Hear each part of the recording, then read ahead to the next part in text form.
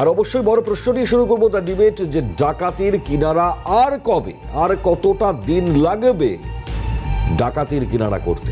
শহরে দেখুন যেভাবে একের পর এক বাড়ি সাফ হয়ে যাচ্ছে, একের পর এক মানে দুষ্কৃতীরা চলছে, একেবারে দুয়ারে ডাকাতি বা দুষ্কৃতী ঘরের ভেতরে ঢুকে যেভাবে সাফ করে দিচ্ছে সবকিছু, আর তাতে এখনো পর্যন্ত সেই ডাকাতির কিনারা হচ্ছে। দেখুন গাল ভরা প্রকল্প তো দুটো রয়েছে পুলিশের, আমরা জানি কলকাতা পুলিশের প্রণাম প্রকল্প রয়েছে, এদিকে বিধাননগর পুলিশের সাঁঝবাতি প্রকল্প রয়েছে। আদৌ এই প্রকল্পগুলো যে রয়েছে তাকে আদৌ কাজ করে, এই প্রশ্ন করছেন আম পাবলিক সাধারণ মানুষ। কারণ প্রবীণ নাগরিকদেরকে নিরাপত্তা দেওয়ার জন্য এই প্রকল্প কাজ করবে এমনটা আমরা জানি। সেই প্রণাম 2009 সাল থেকে এই প্রকল্প চলছে, আর এদিকে সাঁঝবাতি প্রকল্প বিধাননগর পুলিশের। একের পর এক প্রকল্প তো থাকছে, কিন্তু দুয়ারে ডাকাত বা ডাকাত ঢুকে গিয়ে যেভাবে সর্বস্ব লুট করছে তা বন্ধ হচ্ছে না। আর তা নিয়েই প্রশ্ন উঠছে চরমে, যেভাবে রাজ্যে একের পর এক এ ধরনের পরিস্থিতি তৈরি হচ্ছে, তাতে প্রশ্ন উঠছে যে কোন কোন জায়গায় তাহলে সব থেকে বড় গাফিলতির জায়গা। কর্মসংস্থান নেই, সব থেকে বড় প্রশ্ন কি সেই জায়গাতেই? রাজ্যে যে অবস্থা হয়েছে, চাকরি বাকরি থেকে শুরু করে কর্মসংস্থান থেকে শুরু করে শিল্প থেকে শুরু করে নানান যে প্রশ্নগুলো উঠছে, তাতে এটাই হয়তো প্রশ্নের জায়গা বড় করে দাঁড়াচ্ছে যে হয়তো এই কারণগুলোই সব থেকে বড় কারণ। আর যেদিকে অবশ্যই আজকে নজর রাখবো, কারণ এই দুই প্রকল্পের জায়গায় অবশ্যই বড় প্রশ্ন। ইতিমধ্যে আপনারা জানেন যে দুটি অঞ্চল যেখানে ডাকাতির ঘটনা ঘটে যাওয়ার পরেও এখনো পর্যন্ত এই ডাকাতির কোনো রকম কিনারা হলো না। বিশেষ করে আপনাদেরকে জানাবো বিডন স্ট্রিট, যেখানে ডাকাতির ঘটনা এখনো পর্যন্ত গ্রেপ্তার শূন্য, দমদম ডাকাতির ঘটনায় গ্রেপ্তার শূন্য। খুব স্বাভাবিকভাবেই প্রবীণ নাগরিকদের জন্য যেমনটা বলছিলাম যে প্রণাম সাঁঝবাতি এই যে প্রকল্প, গালভরা নাম থাকলেও আদতে পুলিশের এই প্রকল্পগুলো কি কাজ করছে, এক বড় প্রশ্ন। এবং দ্বিতীয় বড় প্রশ্ন, শহরের প্রবীণ নাগরিকদের কি নিরাপত্তা দিতে ব্যর্থ পুলিশ? ইতিমধ্যেই আতঙ্কে অন্যত্র চলে গিয়েছেন বিডন স্ট্রিটের সেই বৃদ্ধ মহিলা, তার মেয়ে তাদেরকে নিয়ে চলে গিয়েছেন, কারণ তারা থাকতে পারছে না। তারা যেভাবে ভয় পেয়েছেন, যেভাবে তাদেরকে ভয় দেখানো হয়েছে এবং গলায় একেবারে ভোজালি রেখে কার্যত মেরে ফেলা হবে যদি মুখ খোলেন, এরকম ধরনের পরিস্থিতি তৈরি ছিল। আমরা কাঁদতে কাঁদতে সেদিনের বক্তব্য শুনছিলাম, আর এতটাই আতঙ্কগ্রস্ত হয়ে গিয়েছেন যারা প্রবীণ নাগরিকরা রয়েছেন শহরে বা শহরতলিতে বা রাজ্যের বিভিন্ন প্রান্তে, তাতে স্বাভাবিকভাবেই প্রশ্ন উঠছে। আমরা ডেফিনেটলি এই প্রসঙ্গে আজকে যে জায়গা নিয়ে কথা বলছি তা হচ্ছে আদৌ কি ডাকাতির কিনারা হবে, নাকি এই ধরনের ঘটনা কন্টিনিউয়াসলি ঘটে যেতে থাকবে? আদেও আমার রাজ্যে যা ঘটছে তাতে পুলিশ তারা কি রাজনৈতিক কর্মকাণ্ডে বেশি জড়িত থাকবেন, এমনটা প্রশ্ন করছেন প্রত্যেকে। আমরা অবশ্যই এই গোটা পরিস্থিতি নিয়ে আজকে তার ডিবেট, সেখানে একে একে আলোচনা করব। উপস্থিত রয়েছেন এই মুহূর্তে বিজেপি মুখপাত্র সৌমিক রাহা আমাদের সঙ্গে। সৌমিককে স্বাগত জানাচ্ছি। পরবর্তীতে আরো অনেকে যোগদান করবেন আমাদের সঙ্গে। সৌমিক, আমি জানি না মানে এই পরিস্থিতি যে জায়গায় গিয়েছে এই মুহূর্তে দাঁড়িয়ে, মানে আমার কলকাতা যদি নিরাপদ না হয়, গ্রামগঞ্জের অবস্থা কি সেটা হয়তো সহজে অনুমান করা যায়। কিন্তু আমার প্রশ্ন, রাজনীতিতেই কি প্রশাসন ব্যস্ত থাকবে, নাকি নিরাপত্তা দেবে? কারা দেবেন? আমার প্রথম প্রশ্নের জায়গায় কি বলবেন? দেখুন, পরিষ্কার বিষয় আছে, আমাদের রাজ্যের এমন অবস্থা, মুখ্যমন্ত্রী যেদিনকে ক্ষমতায় এসছিলেন তারপরেই প্রথম উনি যে কাজটা করেছিলেন 2011 সালে ক্ষমতায় এসে প্রথম উনি থানায় গিয়ে দুষ্কৃতী ছাড়াতে গেছিলেন। বিশ্বের ইতিহাসে প্রথম কোনো শাসক নিজে থানায় গেছে দুষ্কৃতী ছাড়াতে। আপনি আগে কখনো দেখেছেন? আমাদের রাজ্যে কিন্তু আপনি দেখেছেন। দ্বিতীয়ত একটা কথা বলি, আপনি পরিষ্কারভাবে জেনে রাখুন, মুখ্যমন্ত্রী মমতা বন্দ্যোপাধ্যায়, যিনি কিনা বলেন আমার মাথার পেছনে দুটো চোখ আছে, সেই মুখ্যমন্ত্রী যখন প্রশাসনিক সভা করে, সেই প্রশাসনিক সভায় তার দলের একজন এমএলএ থাকে, তাদেরকে বলে তুই আর কি কাজ করবি, তুই তো বোম বানাস। আপনি ভাবতে পারছেন রাজ্যের মুখ্যমন্ত্রী, রাজ্যের ল অ্যান্ড অর্ডার যার, স্বরাষ্ট্র মন্ত্রক যার হাতে, তিনি যেই সভা নিচ্ছেন সেই সভায় এক একজন গুরুত্বপূর্ণ ব্যক্তি, তাদের কাজ কি? মুখ্যমন্ত্রীর নিজের ভাষায়, তোরা কাজ কখন করিস, তুই তো বোমা বানাস। অর্থাৎ মুখ্যমন্ত্রীর কাছে পুরো ইনফরমেশন আছে, রাজ্যে কারা বোমা বানায়, কারা চুরি করে, কারা ডাকাতি করে, সমস্ত ইনফরমেশন আছে। এবং যত 2026 এগিয়ে আসছে, চুরি, ডাকাতি, ছিনতাই আরো বেড়ে যাচ্ছে। এর কারণ কোথাও প্রশাসন যেরকম ভাবে নিষ্ক্রিয় রয়েছে, ঠিক সেরকম ভাবে জনপ্রতিনিধি যারা, তারাও নিষ্ক্রিয় রয়েছে। আমাদের রাজ্যের মুখ্যমন্ত্রী ক্ষমতায় আসার পর বইমেলাতে গিয়ে উনার শুধু গাড়িটা ঠিক জায়গায় আসেনি বলে রঞ্জিত কুমার পচনন্দাকে বলেছিলেন, আমার ইচ্ছে করে আপনার গালে ঠাস ঠাস করে চড় মারি। সেই মুখ্যমন্ত্রী এখন নাকি এত সুন্দর ভাবে আমাদের পুলিশ প্রশাসনকে সাজিয়েছেন, পুলিশ কমিশনারকে দেখে উনি বলেন ওকে তো উত্তম কুমারের মতো দেখতে। এই উত্তম কুমারের মতো নাদুস নুদুস সুন্দর সুন্দর এক একটা পুলিশ কমিশনার দিচ্ছেন, এসপি দিচ্ছেন, কিন্তু তারপরে গোটা রাজ্যের ল ইন অর্ডার ব্রেক হয়ে যাচ্ছে। এটা কিন্তু আমাদের জন্য, আমাদের সহ নাগরিকদের জন্য আমি অত্যন্ত চিন্তিত। এবং আমরা সবই প্রত্যেকে চিন্তিত। নাহলে আপনি ভাবুন না, মানে আমরা যদি এই খুব স্বাভাবিক বিডন স্ট্রিটের দিকে লক্ষ্য করি, এখনো পর্যন্ত তো গ্রেপ্তারি শূন্য। যারা ছিলেন এই প্রবীণ বৃদ্ধারা, তারা বাড়ি ছেড়ে অন্যত্র জায়গায় শিফট হলেন, কারণ তারা ভয় পাচ্ছেন। এই সহনাগরিকরা এবার শিফট হতে থাকবেন আর একে একে ডাকাতির ঘটনা ঘটতে থাকবে। না, আমরা কোথায় নিরাপদ আছি আজকে বুঝতে পারছেন? কোথাও আমরা নিরাপদ নই। এবং রাজ্যটা অযোগ্য শাসক যদি রাজ্যের মুখ্যমন্ত্রী হন, তাহলে এটাই আজকে আমাদের গোটা কলকাতা শহরেই যদি এই অবস্থা হয়, আপনি ভাবুন তো আমাদের বাংলার গ্রামে গ্রামে সেখানে। তাহলে আমি বলছি যে এনসিআরবি রিপোর্ট যাকে কোট করা হয় বারবার, যে শহর নাকি সবথেকে সেফেস্ট। একটা কথা মনে করিয়ে দিই, আমাদের ভারতীয় জনতা পার্টির অন্যতম নেতা, কলকাতা উত্তর শহরতলি জেলার যিনি সাধারণ সম্পাদক এবং কলকাতা পৌরসভার অন্যতম কাউন্সিলর, নাম সজল ঘোষ। আপনার মনে পড়ে সজল ঘোষের বাড়িতে ঢুকে এই কলকাতা পুলিশ কিভাবে দরজায় লাথি মারতে মারতে মারতে মারতে তাকে অ্যারেস্ট করেছিল? আপনার মনে পড়ে অম্বিকেশ মহাপাত্র, তাকে কিভাবে অ্যারেস্ট করা হয়েছিল শুধুমাত্র মুখ্যমন্ত্রীর বিরুদ্ধে একটা স্টেটমেন্ট করার জন্য? আপনার মনে পড়ে শিলাদিত্য বাবু, তাকে কিভাবে অ্যারেস্ট করা হয়েছিল? আপনার মনে পড়ে তানিয়া ভরদ্বাজ শুধু মুখ্যমন্ত্রীকে বলেছিল মাও শাসনের কথা, মাওদেরকে নিষ্ক্রিয় করার কথা, এখনো মাওরা অ্যাক্টিভ আছে সেইটা। সুতরাং টোটাল বিষয়টা, তাকেই মুখ্যমন্ত্রী মাওবাদী বলে দিল। টোটাল বিষয়টাই কিন্তু আছে, আপনার মাথায় রাখতে হবে, রাজ্যে ল ইন অর্ডার নেই, সাধারণ মানুষদের কথা বলার জায়গা নেই, সাধারণ মানুষদের কোনো সুরক্ষা নেই। এবং প্রত্যেকটি জায়গায় বৃদ্ধ বৃদ্ধা যারা, এদেরকে জেনে বুঝে টার্গেট করা হচ্ছে দুটো কারণে। একটা হচ্ছে প্রমোটার রাজ, আপনারা শুনে নিন, জেনে নিন। প্রমোটার রাজের জন্য এই বয়স্ক বৃদ্ধ বৃদ্ধা, তাদেরকে ভয় দেখানো এবং তাদের বাড়িটা দখল করা।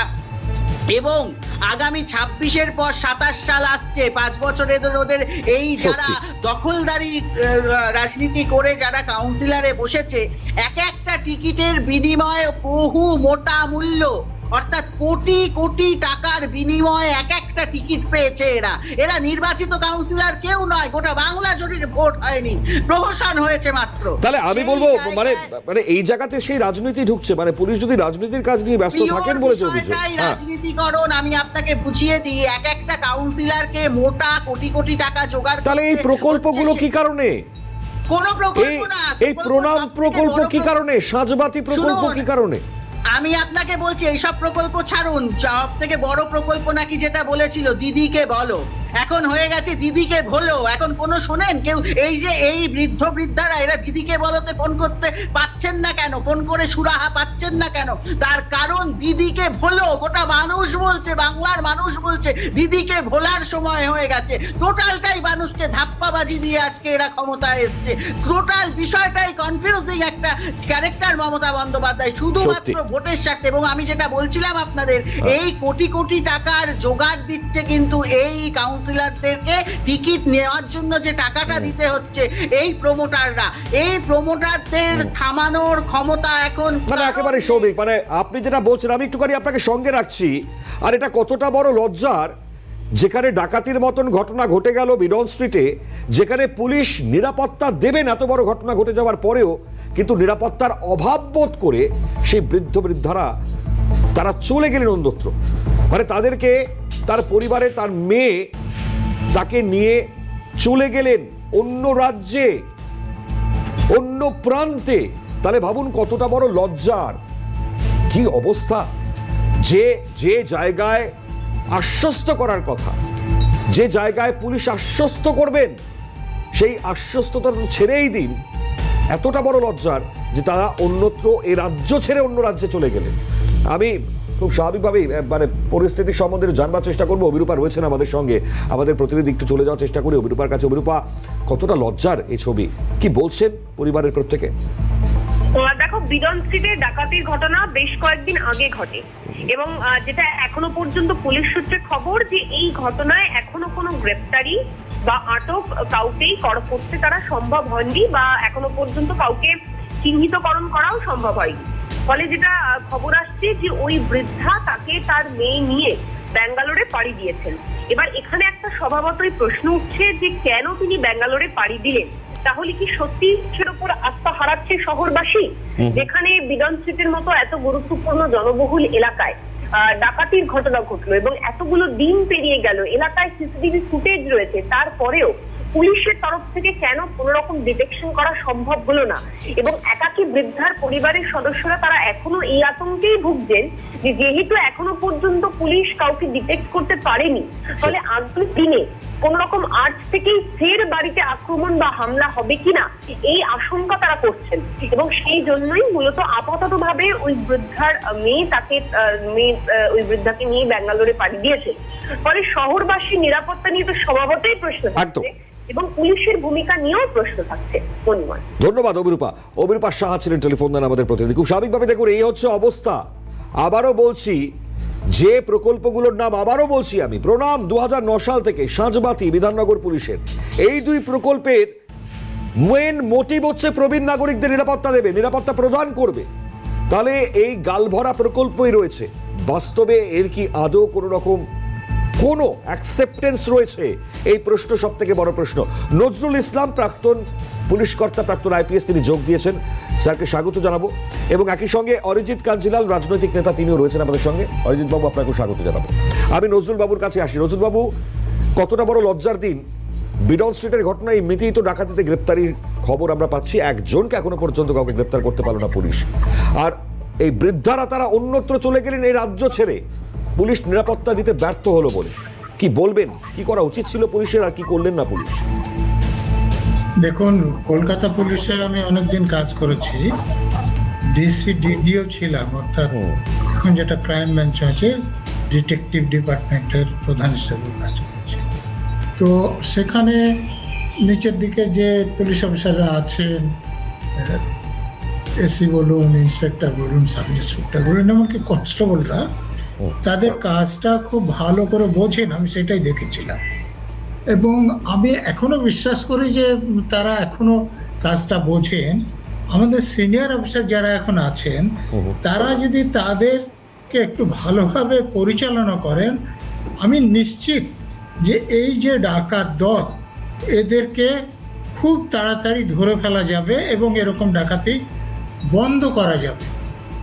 আমি যখন ডিসিডিডি ছিলাম তখন একটা ডাকাত দল, এর থেকে তারা ভয়ঙ্কর ছিল, গাড়িতে করে এসে বা মোটরসাইকেলে করে এসে যে ডাকাতি করছিল এবং কেউ কথা বললে বা বাধা করলে গুলি করে দিচ্ছিল তারা।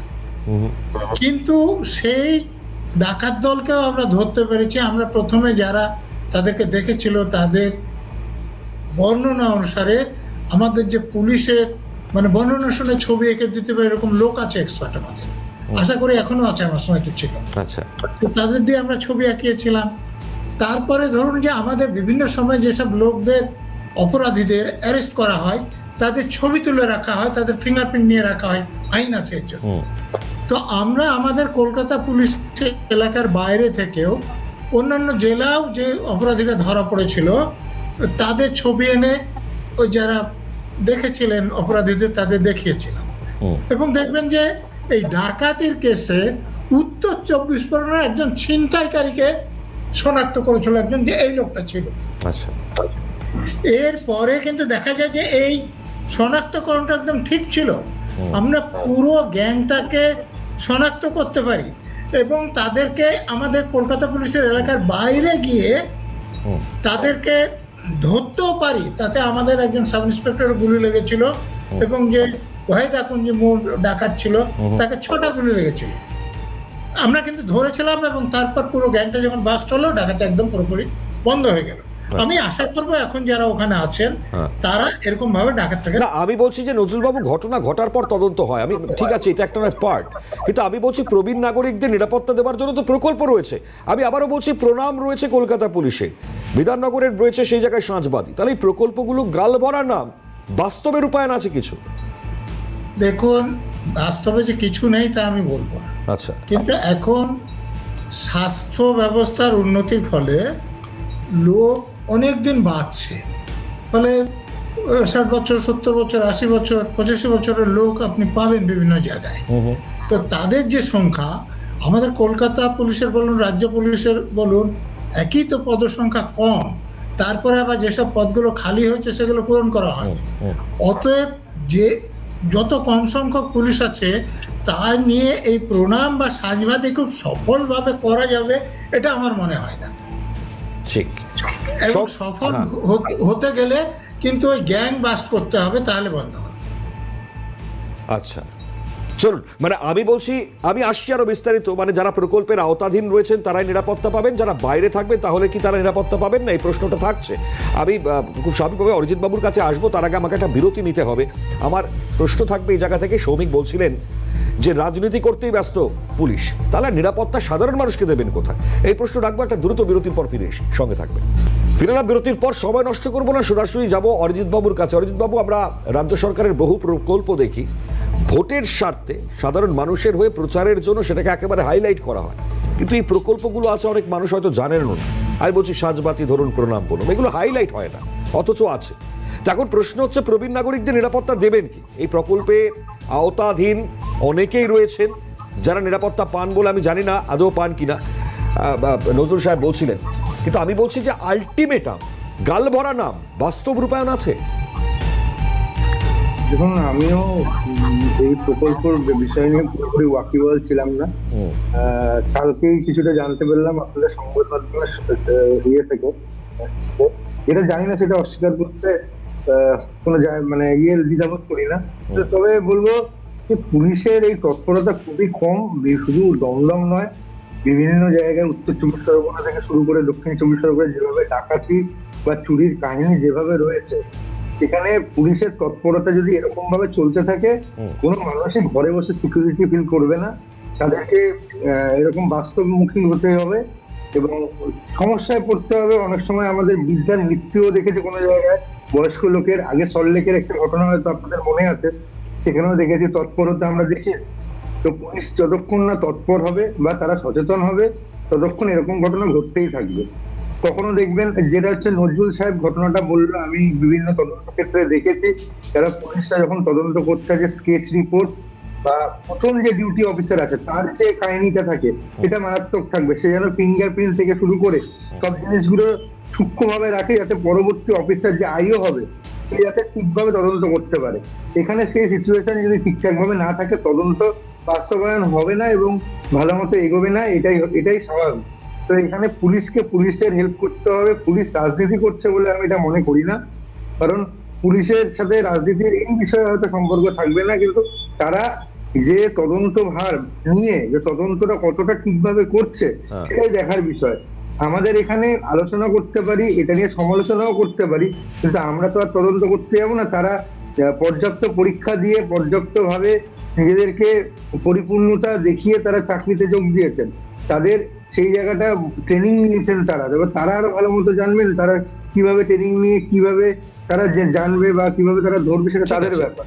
আর প্রকল্পের কথা যেটা আপনি বললেন, প্রবীণ নাগরিকদের যে প্রণাম বা যেটা বিধাননগরে প্রকল্পের কথা বলছেন, এই জিনিসটা নিয়ে আমি প্রচার দেখি নাই। পুলিশের সেভ লাইফ প্রকল্প দেখেছে, মানে প্রচার দেখেছি। এই বিষয়টা নিয়ে পুলিশেরই উচিত যে সারা বাংলা জুড়ে প্রচারটা ঠিকভাবে করে বুঝতে পারলাম, মানে আমি আপনার এই কথার প্রসঙ্গতেই শ্রমিকের কাছে যাই, তাহলে আরে প্রচার হোক রাজনীতির স্বার্থে নাকি, মানে রাজনৈতিক স্বার্থে শ্রমিক প্রচার হবে যে প্রকল্পগুলো থেকে ফায়দা ডিরেক্ট ভোটে পড়বে, আর এমন কিছু প্রকল্প যেগুলো থেকে ডিরেক্ট ফায়দা নেই ভোটে, তাই তার প্রচার হবে না শ্রমিক। দেখুন, আমি আমার কলকাতা পুলিশের ওপর ভীষণ আস্থাশীল। হ্যাঁ, কলকাতা পুলিশ কেন, ওয়েস্ট বেঙ্গল পুলিশ যদি চায় মাটি খুঁড়ে দুষ্কৃতীকে টেনে বার করতে পারে, কিন্তু বিষয়টা বুঝতে হবে পুরো বিষয়টা তো প্রশাসন যুক্ত। প্রশাসনে যারা বসে রয়েছে অর্থাৎ এই কাউন্সিলর গুলোই তো থানাকে চালাচ্ছে।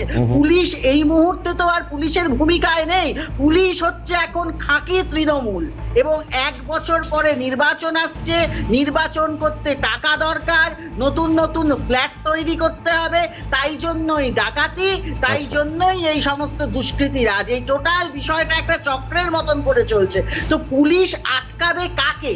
পুলিশ যদি আটকাতে হয় তৃণমূল নেতাদেরকেই তো আটকাতে হবে, কারণ তৃণমূল মানেই তো চোর, তৃণমূল মানেই তো ডাকাত। এই প্রত্যেক কটা চোর ডাকাত যারা করছে পেছনে এবং এমন সক্রিয়ভাবে তৃণমূলই রয়েছে, আমি পরিষ্কারভাবে অভিযোগ করতে চাই। এবং মুখ্যমন্ত্রী জানে না, কোনো তথ্য নেই, মুখ্যমন্ত্রী সব জানে, জেনে শুনে পুলিশকে ব্যবহার করা হচ্ছে, এই চোরগুলোকে সেফটি গার্ড দেওয়া হচ্ছে। আচ্ছা, অরিজিৎ বাবু কি যারা বলতে চাইছেন শুনেনি, আমাকে শেষ করতে হবে অনুষ্ঠান।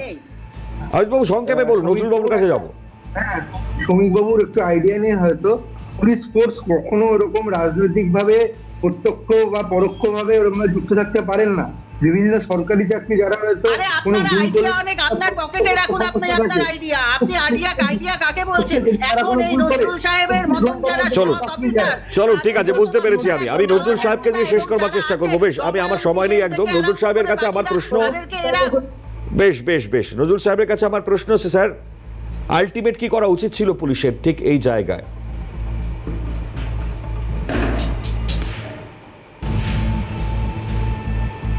না স্যার, আপনার সাউন্ড আমি শুনতে পাচ্ছি না, আপনার কথা শুনতে পাচ্ছেন, মিউট আছে সম্ভবত।